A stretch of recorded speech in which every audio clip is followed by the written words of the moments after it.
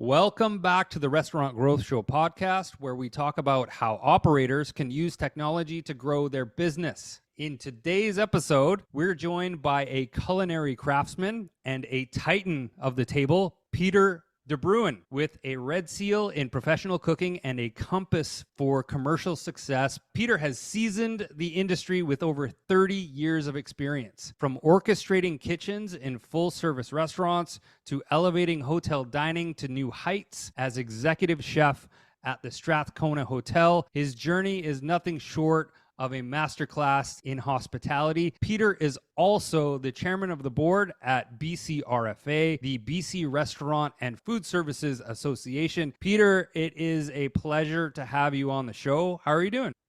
Great. Thank you for that introduction. I'm very humbled. Happy to be here. Jose, you've met Peter in the past. This is my first time meeting Peter. Do you guys have a background? But yeah, it's been more than a couple of years for sure. Yeah, that's great. I think Modern was a part of the sponsorship for Victoria Dine Around for many years, and right into the pandemic when third-party delivery was probably the lifeline of the industry, and quite a few conversations around that time. So That's right. Is Dine Around still happening? Can we talk Dine a little Around bit is about- happening. Absolutely. Right. Yeah. Okay. There's going to be a gala launch this year on Thursday, January 25th at the Carson Hall behind the Empress. And then there'll be the 2.5-week dining event right after that, 26th to the 10th of February. That's fantastic. So it's in full force, the gala event, and lots of restaurants signing up. So it should be fantastic. When did Dine Around start around? A long time ago. Yeah. I remember it was actually Michelle Lesage, who's at the Marriott Hotel now, who started it. And I think there were about 12 restaurants. I was working at Milestones at the time. I remember walking a rack and roll across the street over to the convention center and a few restaurants getting together and serving some food. So I would say loosely 25 years. Oh my goodness. Yeah, it goes back as far as I can remember. I'm a Victoria boy, and yeah, Dine Around was always a super cool experience, and I just really enjoyed trying all the participating restaurants. That was really great. Yeah, it's great. It is Dine Around and Stay in Town for Victoria, so there was the hotels as well participating, so you can come in from abroad and stay a hotel night,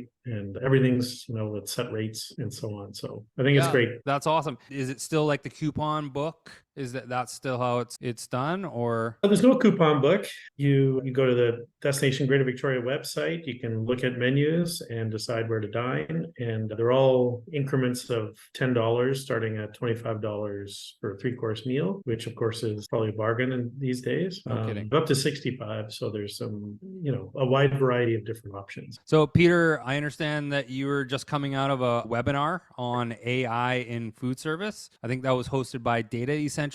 Can you tell us a little bit about that event? Like what sort of stood out to you? Their webinars are just packed full of information. So, the last slide, I think, had the predictions of where AI are going with food service. The things I found, the takeaway there were, the understanding of personalized nutrition. You have an AI, you can take maybe a blood sample or something, and you can understand yourself what kind of nutrition you need that day. And you can get, through whatever means, prepare your food, and you're going to get the maximum nutrition you need. A few words here. Maybe I don't really fully understand them anymore. Sentient flavor agents. I'm sorry, what? Sentient flavor agents, autonomous agriculture, sensorial virtual dining, gene editing, molecular food printers. I think there's that whole idea that, you can make a 3D printer by adding, food at its base level into it and then producing food that way. I mean, we're talking decades in the future here, but, Sure. It's good to see where we're going with it. They're already preparing us for that. There was a series called Upload. It was all about printing the food and making sure that you were patient enough, and that's what people were gathered around the machine. Yeah. So I guess Jean-Luc Picard will get his Earl Grey. I was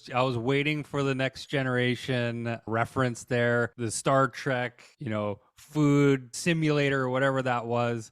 That sounds like that's not in the not too distant future. I'm still waiting on an actual hoverboard, to be honest with you. I think everyone's disappointed that that's not a thing just yet, but wow, that just sounds like incredibly futuristic. For sure. So moving forward here, Peter, in your experience, how has technology changed the food service industry from back when you first started to now that we're talking about simulating food with artificial intelligence intelligence and all of these crazy tools. Yeah, it's come a long ways from putting a roast in the oven and, checking your clock and taking it out. I think food has become more efficiently produced from manufacture. The agriculture equipment is more efficient. Manufacturers making ready-to-eat foods is much more efficient. They're more creative. You can, I've made comments of this. You could probably use your supplier, purchase food that's pretty much reheat, and it's all a go. From your chicken wings, chicken burgers, beef, fully cooked, everything in there. So it's come a long ways. That might be not ideal, but it is certainly there. I think back of house processes, inventory management from, paper and pencil and scratching your head to iPads and entries and automatic invoice entry and scanning bottles and so on. It's come a long ways in that perspective. Product ordering, you don't need to even talk to anybody. You just order your food through online applications. You don't have to call with order numbers and make sure that the process has gone through correctly. Financial reporting tools and things like that with POS, I believe there's a lot of information in businesses' POSs that they could use to really analyze their business and figure out where, what decisions they could make to be more profitable, or even, just for lack of a better way to put it, stay profitable or stay afloat in these days. Yeah, exactly. Jose and I talk about this quite a bit, leveraging data, especially derived from your POS system. Do you think the average restaurateur today has the resources or the know-how to leverage that data from POS systems? Definitely the change, and the larger corporations will. I think, there's an interesting statistic. I think it came from Restaurants Canada that 80% of restaurants in BC are actually family owned that have, under 3 employees. And those restaurants, might not know what they're capable of. And those are the ones that will, need to understand that, or, fully understand if that's something that they require, or they're happy producing their food, making their money and running the business. So like from artisanal to, I think that technology always starts with the big brands and then it becomes more available for the rest, right? So That's right. There's definitely a case for data management and make it extremely easy for restaurateurs to make decisions and actually also enjoy the power of optimizing their operations and all that stuff. I think that is always fascinating. So what advice would you give operators about adopting new technology into their operations? I believe an operator needs to understand, okay, where's the problem? Where's the problem with their business? Yeah, they might be the cook, but not, the salesperson. Okay, how can I get technology to help build sales? Or, I don't know where my costs are. I need technology in this area. I think it's understanding where your problem is. And once you understand that, you'll know what technology you need to go with. That would be the first step. The second step would be to ensure the staff understand how to use it. So if I bring something in to my restaurant and it's technology, I would only add one at a time. Make sure everybody knows how to use it until it becomes sort of a habit and a daily routine. Okay, this is our application. We're using this. We're going to use this dining room table software, and we're going to just focus on that for the next month, and or maybe a few months until everybody gets it and understand how to use it. And a few other comments in there would be, is this technology you're going to add, how is that going to benefit the customer experience? So it's thinking about the customer first. Is, maybe you have long lineups, you have no table management, you can't seat the tables. Okay, now I need dining room management software so I can help get those people into the seat quicker, right? So that's going to enhance the customer experience. Inventory management might be a bit of a stretch there to enhance the customer experience, but what it does is it gives you a tool to give consistent recipes, consistent costing. And, if you're going to serve that dish each time, it's got to be 100%, consistent. And that helps you. So it does help the customer each time. And managing costs also helps, gives a wider capacity for understanding or giving offers or changing up, right? If you get more revenue and more profits at the end, you can reinvest more. You can keep your staff even happier. Happy staff, happy customer. Oh, exactly. 4-ounce chicken breast, if it's 4 to 6 ounce and you're serving at 6 ounce sometimes, you're leaving, a couple bucks on the table each time if it's not cut properly. So it's important. Exactly. Peter, Jose and I talk about a complicated tech stack, and you were touching on not introducing technology too quickly so as to overwhelm the staff and operations as a whole. What sort of the cadence there? What is a good routine to introduce new technology, and how much time does the average restaurateur have to spend learning new technology? Well, the first answer on most restaurateurs, they have no time, working, 50 to 70 hours a week. If the technology, say, takes away 5 hours a week, I mean, that's a win, right? So I would say that's specific to each business, specific to the employees there. If the employees are more tech savvy and open to change, the whole culture is a bit more dynamic in that sense. They could probably take on some technology quicker and easier versus, somebody who's, this is the way we do it. We're not changing. Well, it might take a little longer. That's all. We're just reading some statistics from QSR magazine, and the employee turnover is sort of generational right now, and the average new restaurant employee is between 25 and 35, and so they're seeing, from a macro standpoint anyways, they're seeing technology being adopted a little bit quicker than in years past, and that obviously that is probably likely due to a more tech adept employee on average. I don't know if you have any thoughts on how employees are adopting the technology. Are they receiving it well? What are your thoughts on that? Within that demographic and going into quick service restaurants, it could be a first job, maybe a second job.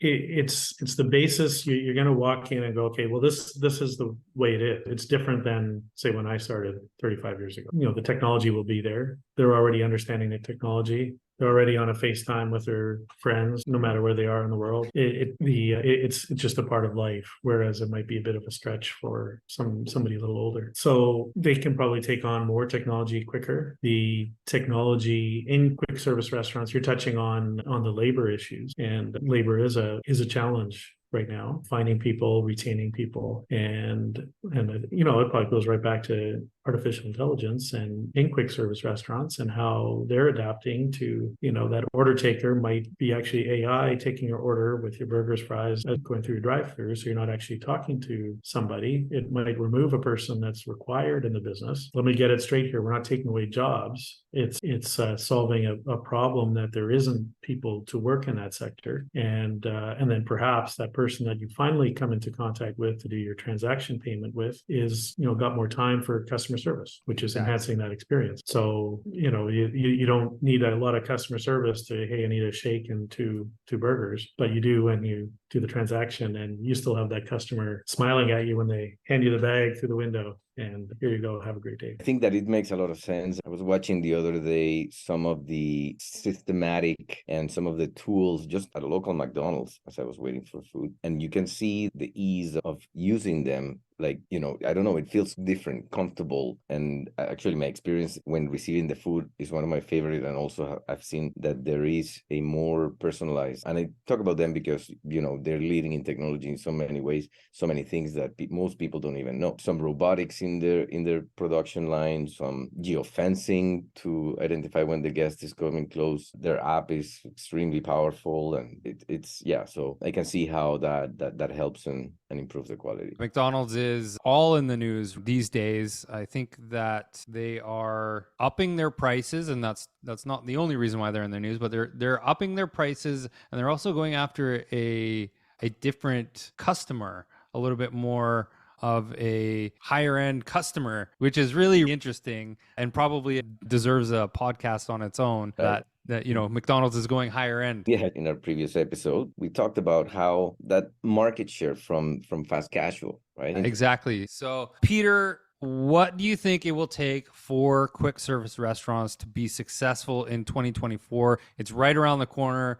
What do you think it's gonna take for QSRs to be successful? Solving labor, as we discussed, efficiency in workers. So if there's technology or items that can enhance different workloads and make it easier, that will be a win. Consumer loyalty, it's probably branches into what you're just talking about, McDonald's and, expanding their demographic. It probably has to do as well with, all food prices have gone up. To digress here a little bit, I think food prices at grocery stores have gone up a lot greater rate than they have at restaurants. And the restaurants have increased not at the same degree, probably because of the competitive marketplace.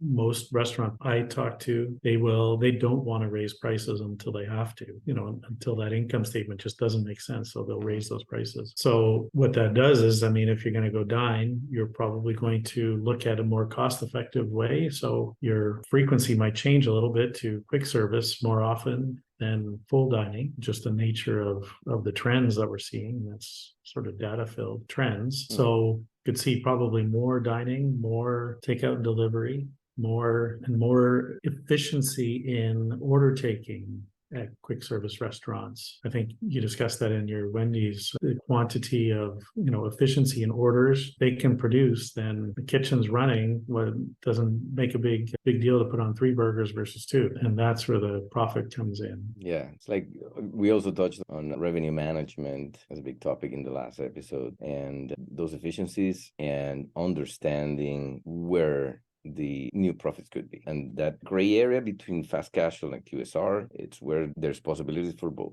Absolutely. So if there was a takeaway for quick service restaurants, in your mind, it would be optimizing operations, looking to technology, adjusting prices. I think we need to look at employee retention. Absolutely. And all the tactics used for employee retention.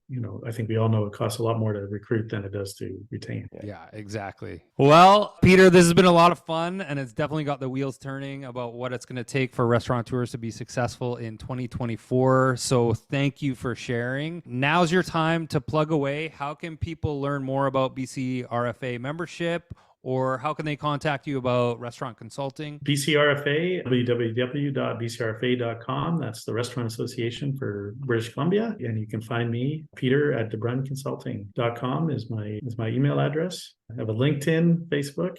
Please reach out. Thank you very much. Awesome. Thank you so much, Peter. We'll include your details in the podcast description. Speaking of sponsorship, this podcast is sponsored by Dynpricing, real-time restaurant profitability. Dynpricing uses artificial intelligence to improve profitability for restaurants by dynamically updating menus across digital channels like DoorDash, like Uber Eats, like Skip the Dishes. The list goes on. That's all the time we have on this episode. Until next week, say goodbye, Jose. Goodbye, Jose. Peter, thank you so much. This was incredible. Thank you for coming out and participating here. Thank you very much. Have a great afternoon. Thanks, guys. Thank you so much. Care.